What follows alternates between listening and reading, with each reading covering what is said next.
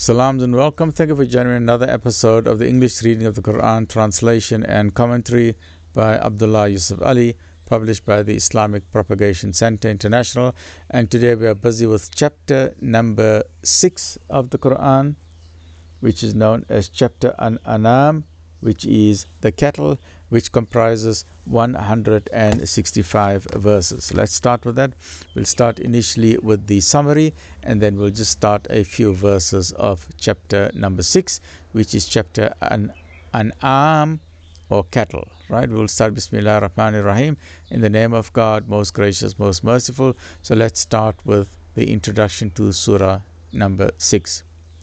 This is a surah of the late Meccan period. The greater part of it was revealed entire. Its place in the traditional order of arrangement is justified by logical considerations. We have already had the spiritual history of mankind, a discussion of the earlier revelations and how they were lost or corrupted, the regulations for the outer life of the new community, and the points in which the Jews and Christians failed to maintain the central doctrine of Islam, the unity of God, that there is only one God. The next step now taken is to expound this doctrine in relation to pagan Arabia. In summary, let's look at verses 1 to 30.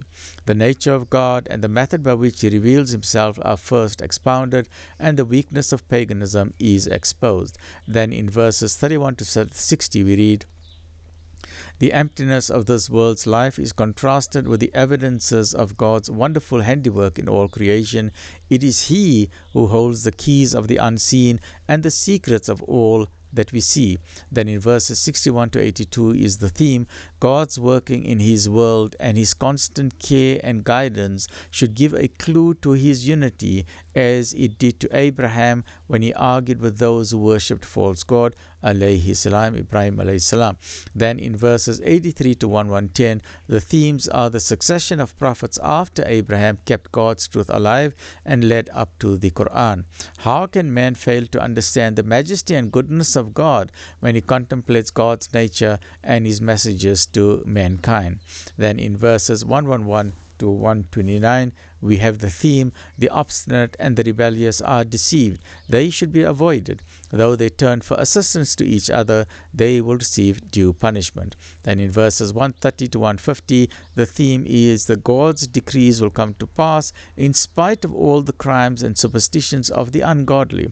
Then to the end of the chapter, there are 165 verses. So from 151 to 165, the last verse, the better course is to follow the straight way, the Sirat al-Mustaqim, the way of God as directed in the Quran, with unity and the full dedication of our lives. So let's look at the rhythmic prose as we begin. Just a few verses. Verses 1 to 30, the rhythmic prose is: God did separate light from darkness. He reigns not only in heaven but also on earth. He is the King of the heaven and the earth. Mercy is His law. To Him shall we all return at the end of all things. How can we then depart from truth and forge lies against Him? It is folly to say that there is nothing beyond this, our present life. So let's start with chapter number 6, Surah An'am, or cattle. A'udhu billahi minash shaitanir rajim. Bismillahir Rahmanir Rahim. In the name of Allah, in the name of God, most gracious Ar-Rahman, most merciful Ar-Rahim.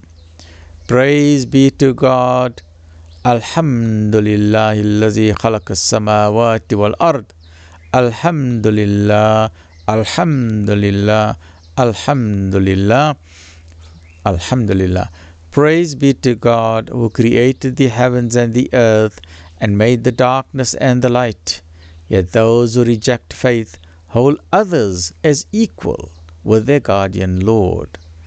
He it is who created you from clay and then decreed a stated term for you, and there is in His presence another determined term, yet you doubt within yourselves.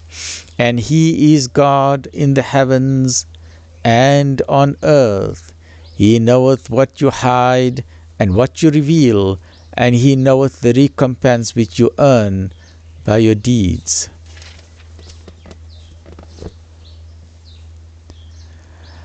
But never did a single one of the signs of their Lord reach them, but they turned away therefrom. And now they reject the truth when it reaches them, but soon shall they learn the reality of what they used to mock at. See they not how many of those before them we did destroy? Generations we had established on the earth, in strength such as we have not given to you, for whom we poured out rain from the skies in abundance, and gave fertile streams flowing beneath their feet. Yet for their sins we destroyed them, and raised in their wake fresh generations to succeed them.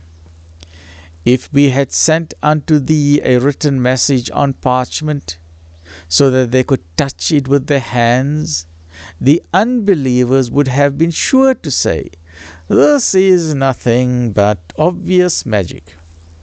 They say, why is not an angel sent down to him? If we did send down an angel, the matter would be settled at once, and no respite would be granted them. If we had made it an angel, we should have sent him as a man, and we should certainly have caused them confusion in a matter which they have already covered with confusion.